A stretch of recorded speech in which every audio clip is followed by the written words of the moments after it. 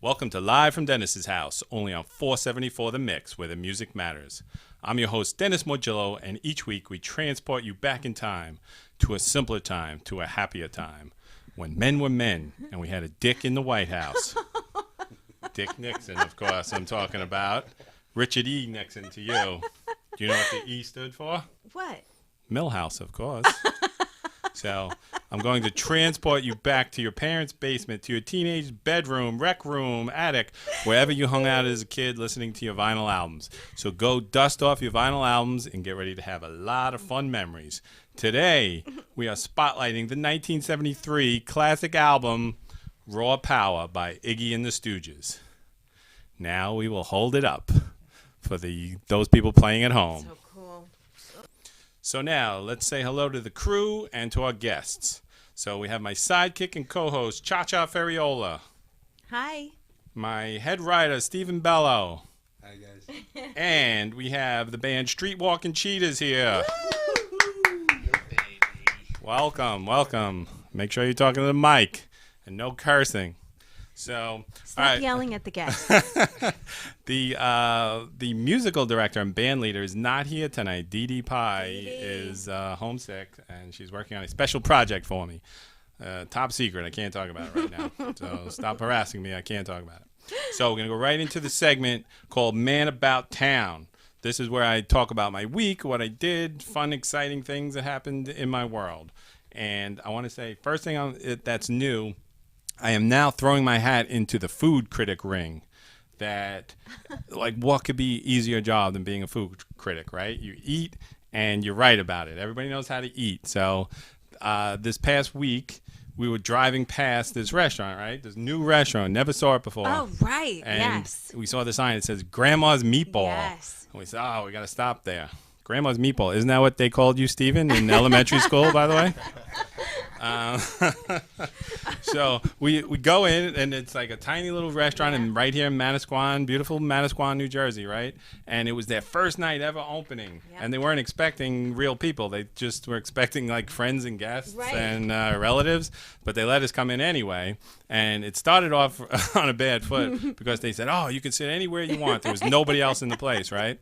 So I said, all right, how about this table? And so we sit down, and 5 minutes later, the owner comes and says, no, they can't sit there. That's reserved for veto. Been reserved for months. Yeah, right. So we say, all right, no problem. The whole family. Yeah. Right. So we say, no problem. We'll go to some other table. And he says, what table? Any table.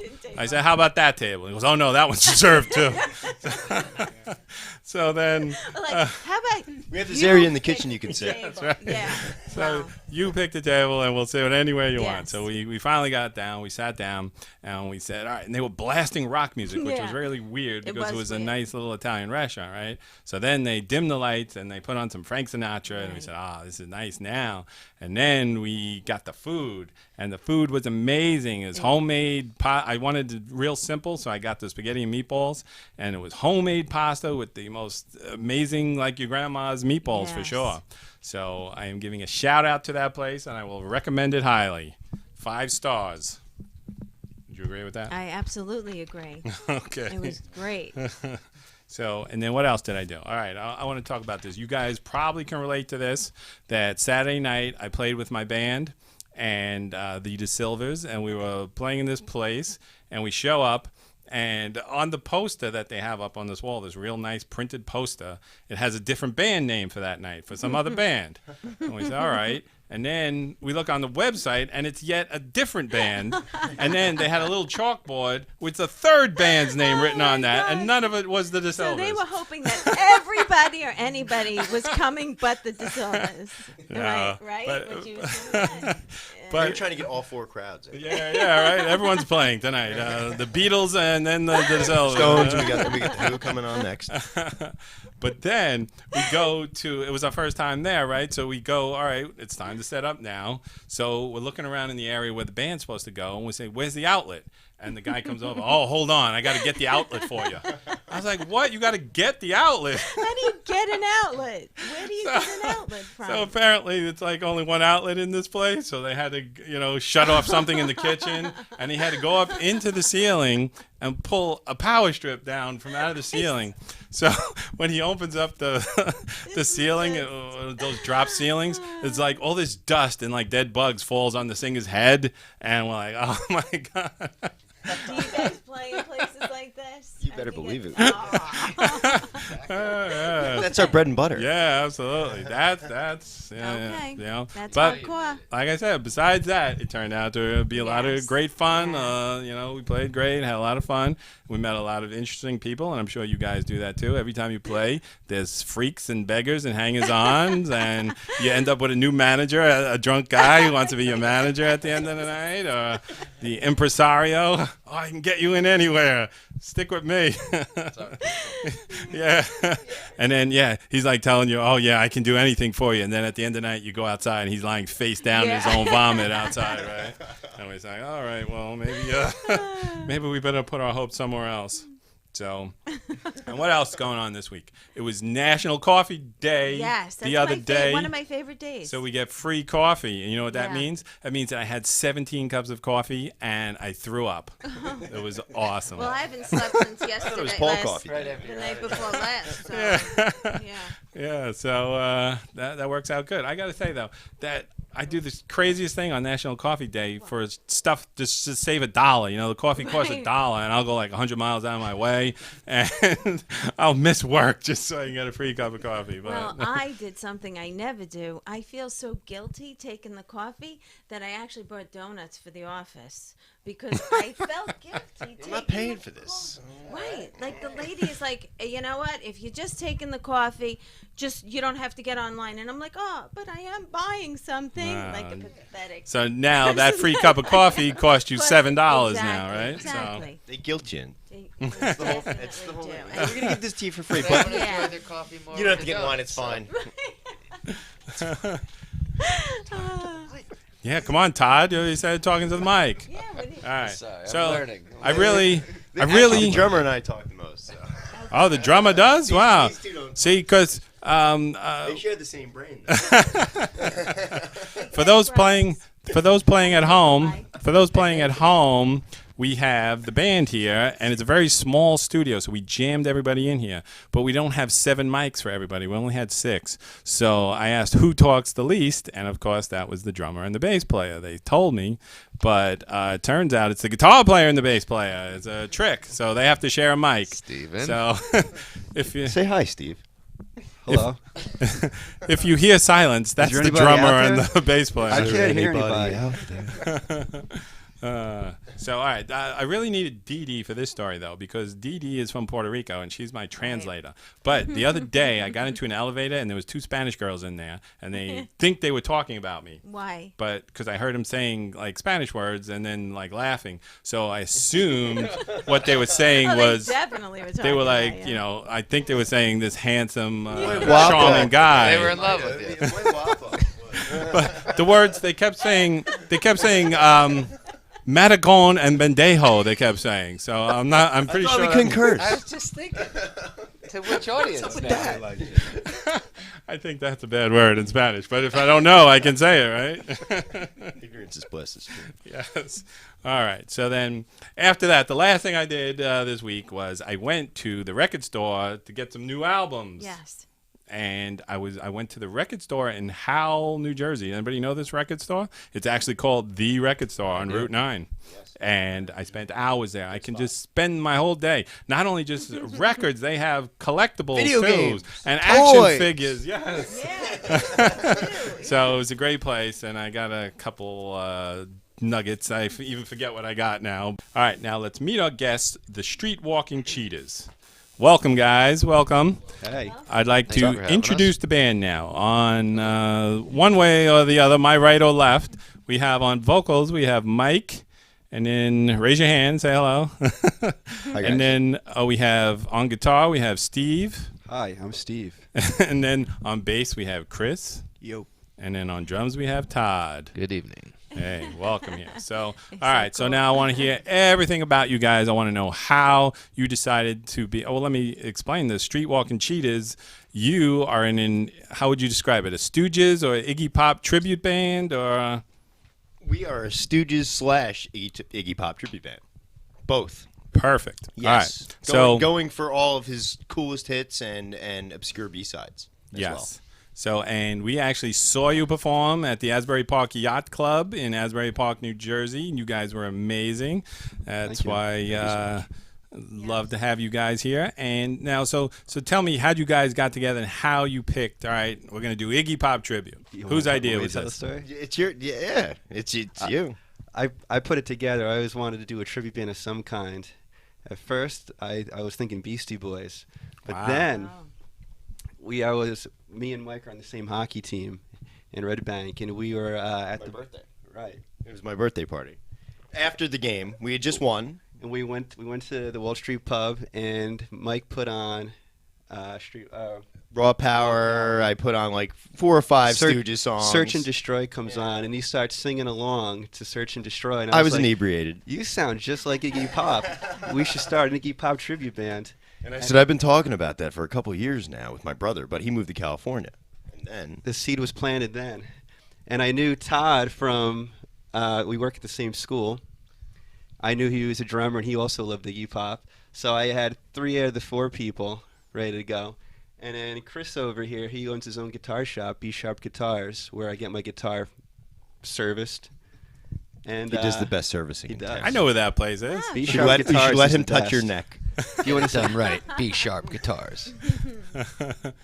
And that was it. We had invited everybody over to Todd's house one night, and we had our Calls me, first he's like, jam. we put it together. Are you ready? I was like, what are you talking about? Like, we're going to play hockey? So how long are you together? About a year and a half. About a year. Yep. Roughly. When he That's approached great. me, I had no hesitation.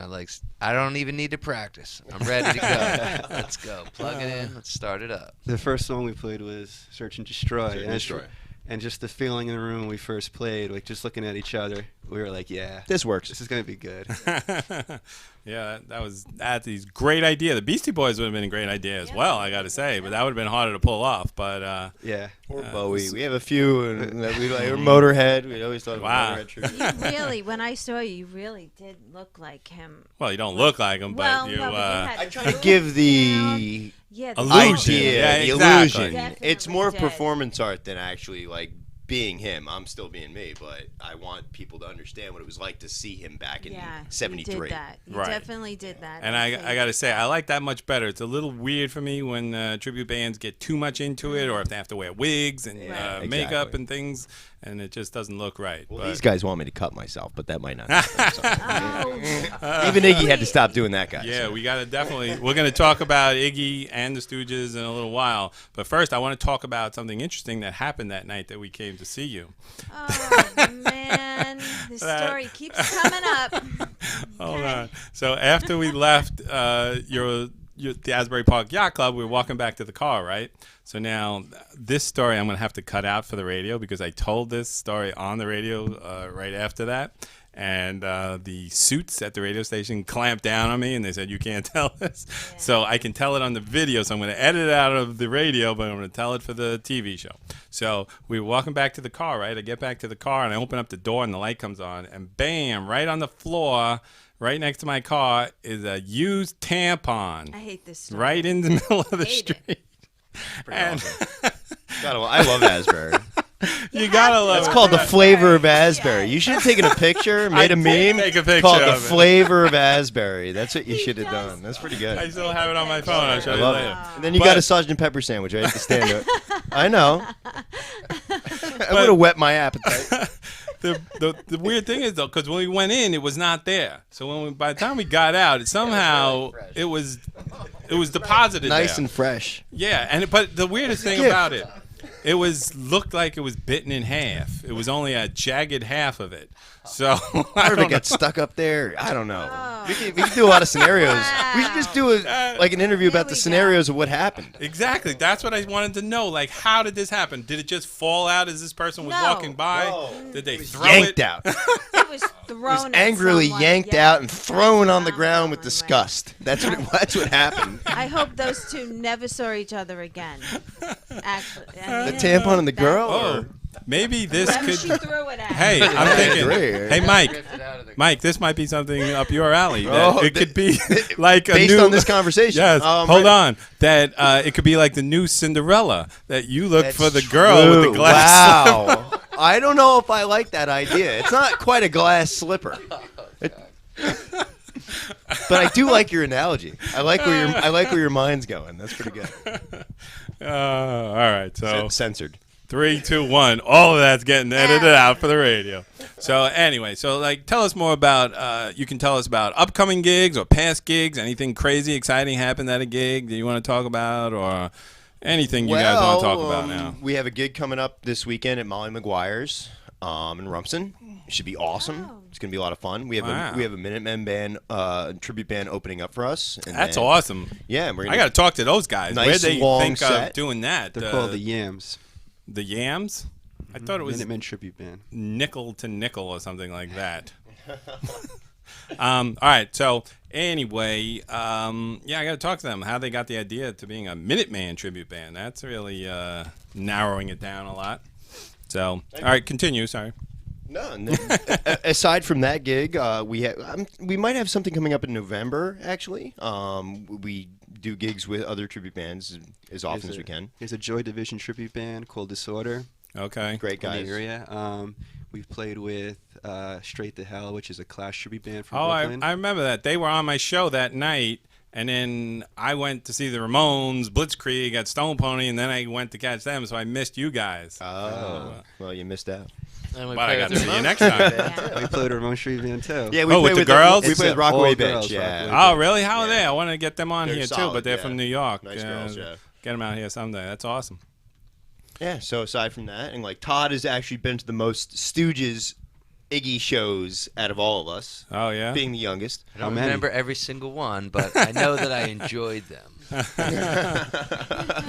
They were all very exciting. I think I many did. did you enjoy I them. was digging for the ticket stubs, but All right, now we're going to talk about the album, and we're going to talk about Iggy Pop. We're going to talk about the Stooges. We're going to talk about everything about this. We're going to talk about Raw Power. Came out in 1973. So, who knows the most about this band and this album, and who wants to start it off? Well, this is the first album I got into as like a Stooges fan and an Iggy fan. The very first time I ever saw him was when he did the 5'1" video, and I think it was like, probably some MTV like on Saturday morning or something. And I saw that, and like I was like, oh, this guy's crazy. But then in high school, I discovered the Raw Power album, and it blew my mind. I was like, wow, this came out when? I mean, seriously, this could come out in 2010 and people would still think it was Absolutely. more impressive than most of the hard music that's out there right now.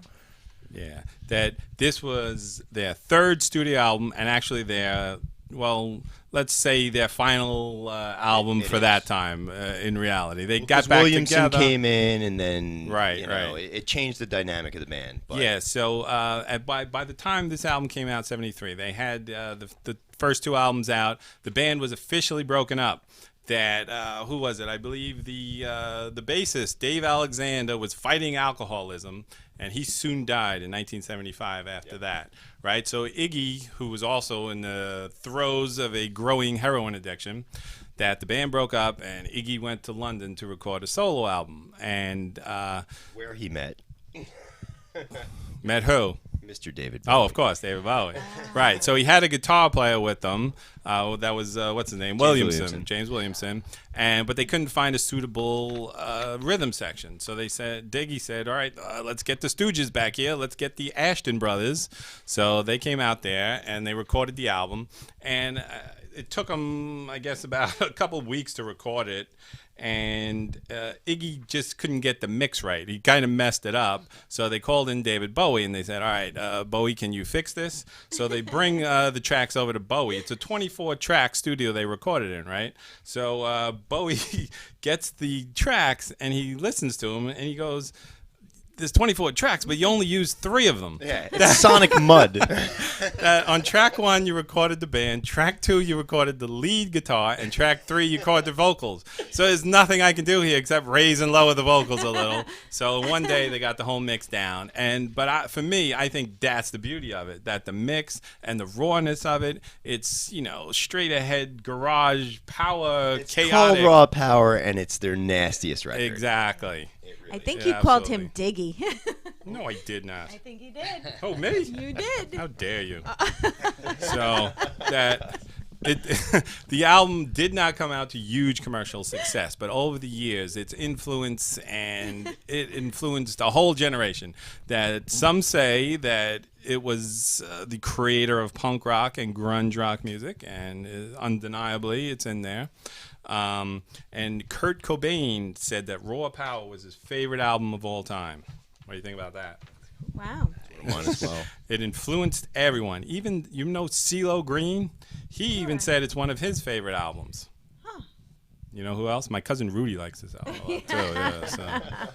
Yeah, so. My mom didn't like it when I played it, but hey. All my friends Can and I family ask like you this why album. one album has the name of the band on the front and the other one doesn't? Because that one's worth $7.5 million. I didn't want you to show anybody. Try to get that album on the way out. Yeah, everyone's getting searched on the way out, by the way. It's pretty cool, though. Yeah, we'll get to that See? later. Oh, that's another question I wanted to ask you guys.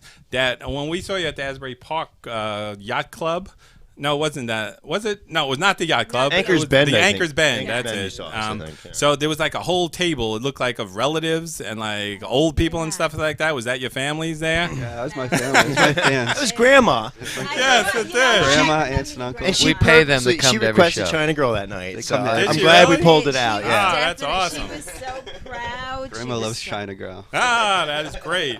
Because I was telling Chacha here that in all my years of playing music, my parents, all my grandparents never came out to see me play ever, and that's why I act like such a moron right now. So, but that was very nice to see that. So, what else did I want to talk about? The Iggy Pop. Oh, let's talk about him. Does anyone? We'll do a little trivia here, and you guys all better know this answer. And whoever gets it wrong is out of the band. What is Iggy Pop's real name? Are you kidding? Brian Jim Wilson. Osterberg? Yes, very good. James Newell Osterberg from Michigan, Detroit. Somewhere Where in around. Michigan? Yeah, I don't know. I didn't bother to write that down. I just said Detroit because You want to put us to the test? Yeah. so everyone might agree with this, might not, but I would say he's one of the greatest frontmen of all time, and he was known for his wild on-stage antics. That, and like you mentioned before, he would smear peanut butter on himself. He would roll around in broken glass, expose himself, and he even vomited on the audience. Did you ever Not do on that? purpose.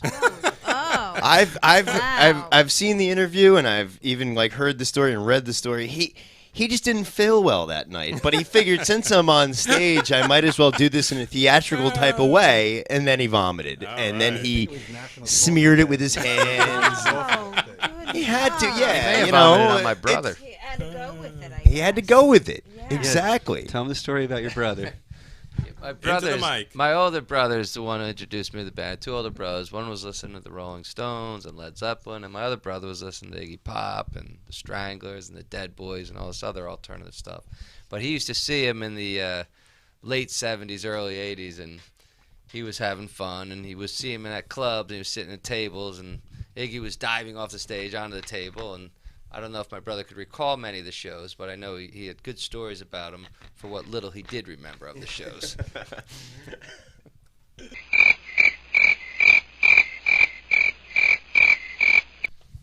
Thank you very much for that. So now, Mike, will you plan on vomiting on the audience at any If time? I ever feel ill on stage one night, I almost did at the VFW show actually, because I sang the night before at what was it, the Yacht Club actually.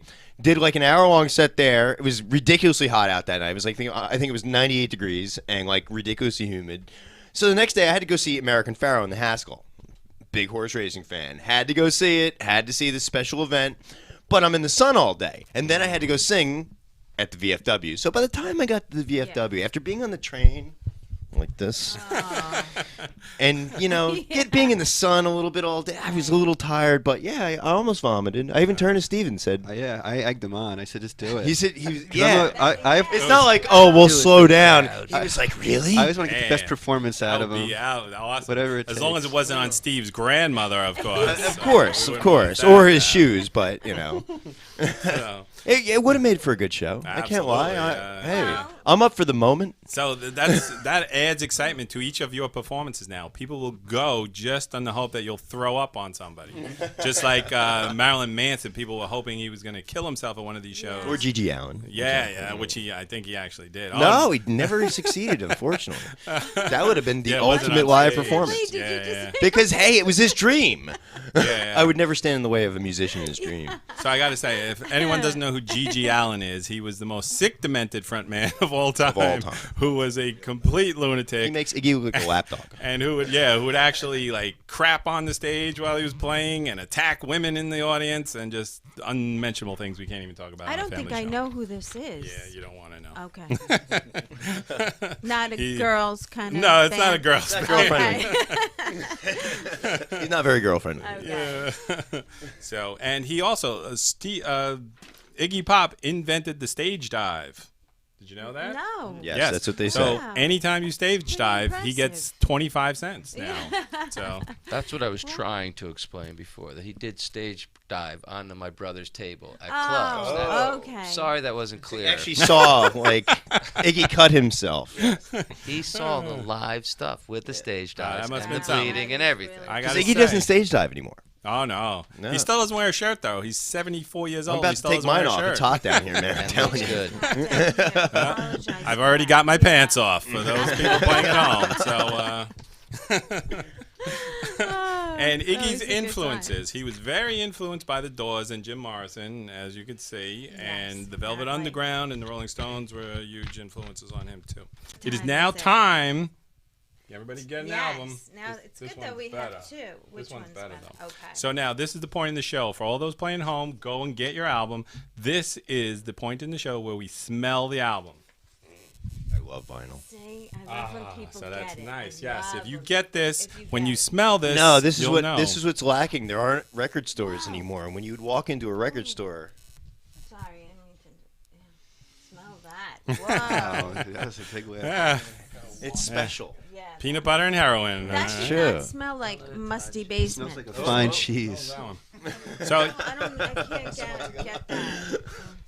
that one's better. Yes. Oh well, yeah. not better. That has the This real one- vinyl. That is the better vinyl. Yeah. Okay. See now, this is kind of stuff you don't get with an MP3 or a CD. This You is a don't go. get This the is strong. artwork.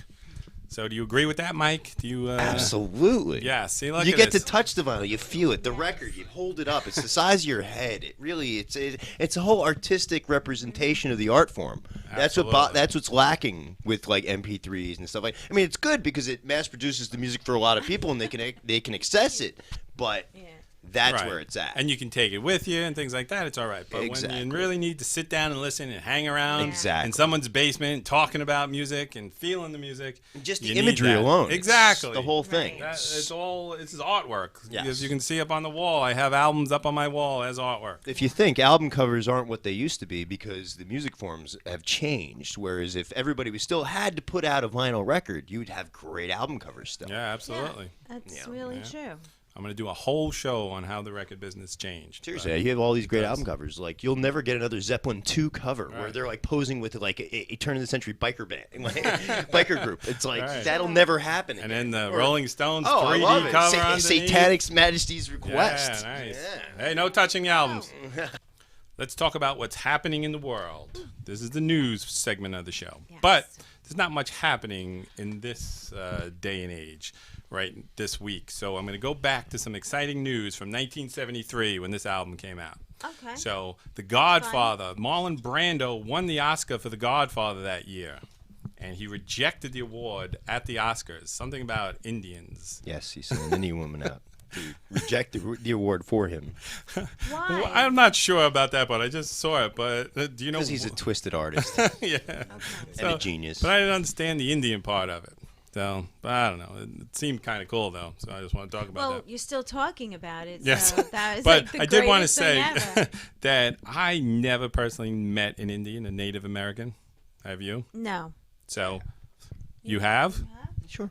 Oh, where did this take place? Okay. New York City. Yeah, New York City. I actually, my brother lived on First and St. Mark's, a great neighborhood. Great neighborhood. Awesome, Yeah, right around the corner from Coney Island High when it was still there. And there was this homeless man that lived around the corner, and he was a Native American, long hair. He looked like something out of a movie. Wow. And I used to, and he always, I used to see him picking up cigarette butts. So I made it a habit every week. I'd buy him a pack of cigarettes when I saw him. So he was always really super nice, and I just thought it was so weird that he was such a transplant because he was from out from Arizona or somewhere. And yeah, so I mean, Wow. yeah, they're around. That's a good story. So that worked out good. We Yeah, stole their I- country, and you got them a pack of I cigarettes. gave him a pack of so, smokes. We're even. A little compensation.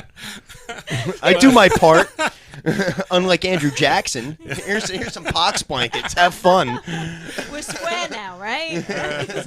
So anyway, also this is very interesting. Dennis is feisty. In today. 1973, I'm going to do the sports from 1973 too. Do that. That the MVPs in 1973. Can you guess who they were? For baseball, it was Pete Rose, and for football, it was O.J. Simpson. Wow. So now, Two wonderful gentlemen. yes, Yeah. Pete Rose was thrown out of baseball forever because he was gambling. Nothing really happened to O.J., and he killed 2 people. So, Well, no, he's in He's jail, in jail now. well, that's Thank because God. you know why? Yeah. He stole. OJ's bad in jail. karma. Yeah, he stole someone's memorabilia. His That's own why- memorabilia back. Yeah, He was like, that's- I'm going to that's take this back. poetic justice, Yeah. man. I Killing love someone that doesn't get story. it, but that's it. All right. So the most interesting story of 1973 was a sports story. 2 Yankee baseball players swapped wives in 1973. The 2 pitchers, Fritz Peterson and Mike Kekage, they actually swapped wives. And not only did they swap wives, they swapped entire families, dogs, children, everything. What are you talking I swear to about? God. What This do you actually did mean? happen. This, They this is a swap- true they story. Just one day they said, Yes. "I want your family. You can have mine," and they just packed their bags. Come in a little and- more into the mic I'm here. not sure I want to. We can't see you at all. It's only half your head. So, yeah, that's weird. anyway, yes, this actually happened back in 1973. They were 2 Yankee pitchers, and then Fritz Peterson moved in with the other guy's family and wife, and then Mike Kekich moved into the other guy's house. They preferred the other wife's cooking. That's all it was about. And then, but it ended badly. Yeah, you'd think. Well, but not, surprisingly, only for one of them. Fritz Peterson is still married to the other woman to this day, and they live happily ever after, and everything's great. But Mike Kekich, like within months, he realized he didn't want to do this, and the other woman was a big pain in the ass. That's why the guy got rid of her, and they were divorced within the year. And then George Steinbrenner bought the team that year and traded both of them and said, "You guys are out of Yeah. here." And Wow. That's the sick, sad side of sports from 1973. See, things were crazy go back Yankees. then. Things were crazy. I thought you meant like for a night. I didn't think you meant, 'cause, all right, the 70s, but Yeah. that was, wow, that's a wild story. All right, so now we are going to the word on the street now with Cha-Cha Okay. Barrett, gossip columnist to the stars. Who, feel free to jump right in now with any stories you got from the week. Well, I was going to say, going back to The Godfather, because I have a story about James Caan that I Okay. just read today. All right, awesome. And he was hospitalized for chest pains. He was in Toronto. They put him in the hospital. But then he was released after he just has an infection, a mild chest infection. But they did. He was sorry. And then my next story, I know you love Caitlyn Jenner. Ah, Okay, you're going to love this. I'm going to put my glasses on for this. Okay, you ready? I'm ready. Caitlyn Jenner. That's my dude. Well, your dude was not charged with vehicular manslaughter. why? on that Because car she's a woman now, so accident. they can't charge her with manslaughter? No, actually, the prosecutor said that they had declined to charge Caitlyn Jenner. It was being classified as a traffic accident with a devastating and a heartbreaking loss of life, but not a criminal matter. Which, unfortunately, that happens. People die in car accidents, but it's not always I wish I intent had a or good lawyer anything like that, too. Yeah, right. When I Yeah, ran God, that you kid know, over right. last week, shit. If that was you, they'd be putting you under the jail. Yeah. You better have a Kidding? Kardashian behind you there. Wow. And then I have word on the street is, did you know that Danny Pitturo, he was the child star from Who's the Boss? He had come out about 12 years ago as being gay. But what he failed to tell people is that he was also HIV positive. Whoa. Yes. Wow. He's been HIV positive. He told Oprah Winfrey this recently. He was on a show that she had, Where Are They Now? And he blamed it, get this, after his use of meth. So he said, so it's not from his I think it was from gay. His lifestyle. It was I think it was was just something he ate. He had some bad meat in the can. Yeah, It's true. right. So He went to that public urinal, got a little too close. right. It was the meth that did the it, meth though. that did it. Wow. We It's a know who's the shame. boss now, don't we? Wow. I don't know what that means, but I it don't sounds know funny, either. right? But that's the word on the street. Wow, very good. Excellent. Excellent. Yeah. So now we're going to go to, we're going to hear from Stephen Shecky Bello. And he's going to try to tell us some jokes, add a little levity. It's a new concept that I'm adding to the thing here. I like So, it. I I haven't it. introduced Stephen yet. He's only been on the show a few weeks here. So that Stephen, as you know, he came from a long line of circus performers. And that he learned all these jokes from his grandfather, Baggy Pants Bello, who was a vaudeville. He was an old vaudevillian. And then in high school, Stephen had a comedy duo. It was called Abbott and Bello. And he toured all over. And he just got back from, he was at the Regal Beagle in downtown Pismo Beach, where he just got back from Did you see performing. Larry? Can I say that word? Vaudevilleo. Vaudevillian. Vaudevillien. So, without that a further real ado, here's Stephen Bello. Yay. Yay. Hey, Stephen. How's I it was going? thinking of one that I remembered then that apparently early one day a guy was walking his dog to a cemetery and he sees a guy crouching behind a tombstone. The guy with the dog says, morning. And the other guy says, no, just taking a crap. There you go. That was an excellent one. All right, Stephen. Let's hear a round of applause for the great joke. Yeah. Don't shake those mics back there. All right. So now we are running out of time. So let's talk a little bit more to Street Walking Cheetahs and get any wrap-ups that you guys have here. Anything else you want to talk about? Anything we missed about Iggy, the band, your band, the albums? You all need to come see us soon. Oh, They definitely do. now this you're playing October 4th, Saturday at the October 3rd. October 3rd, Saturday. Yes. And now I heard that place was being sold. That's the word on the street. We might be the very last night live music will happen. And then what's going to at happen to this it after particular that? Do place. they turn it into a condo, or is it still going to be a bar? We're going to burn it to the ground. Oh, after the nice! show. And you're going to vomit on everyone. I will. Maybe Hey, roll that would be a gas. great way to send it off. Absolutely, yeah. All right. So Molly all right. McGuire's, right? Mike McGuire's been a great owner of the place, and he's let the rock bands play there for years. So it'll be sorely missed having Mike sell the place. So we're going to try to go out in style on Saturday night. It'll be a good night of music.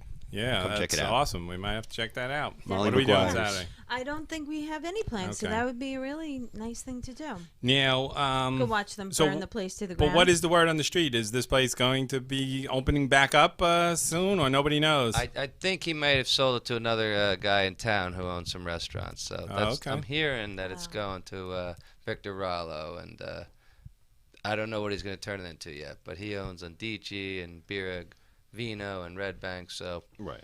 I heard Sounds like that. it's going to be a rock and roll club. I'm Yeah. hoping he has the Street Walking Cheetahs back. I heard that Iggy Pop bought Italian it. food and Yeah. Iggy Pop music, hopefully.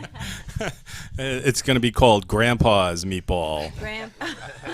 That's what Grandpa they called Bellows. me in high school. Thanks for joining us here on Live from Dennis's House, only on 474 The Mix, where the music matters. See you next week when I'll be doing another classic album and behaving badly. Like me on Facebook, subscribe on YouTube, Instagram, Twitter. Check out my new website, DennisMorgillo.com. Remember, the radio show airs Friday, 5 p.m., repeated Sunday, 11 a.m. The TV show airs Sundays at 9 a.m. All social media, DennisMorgillo.com.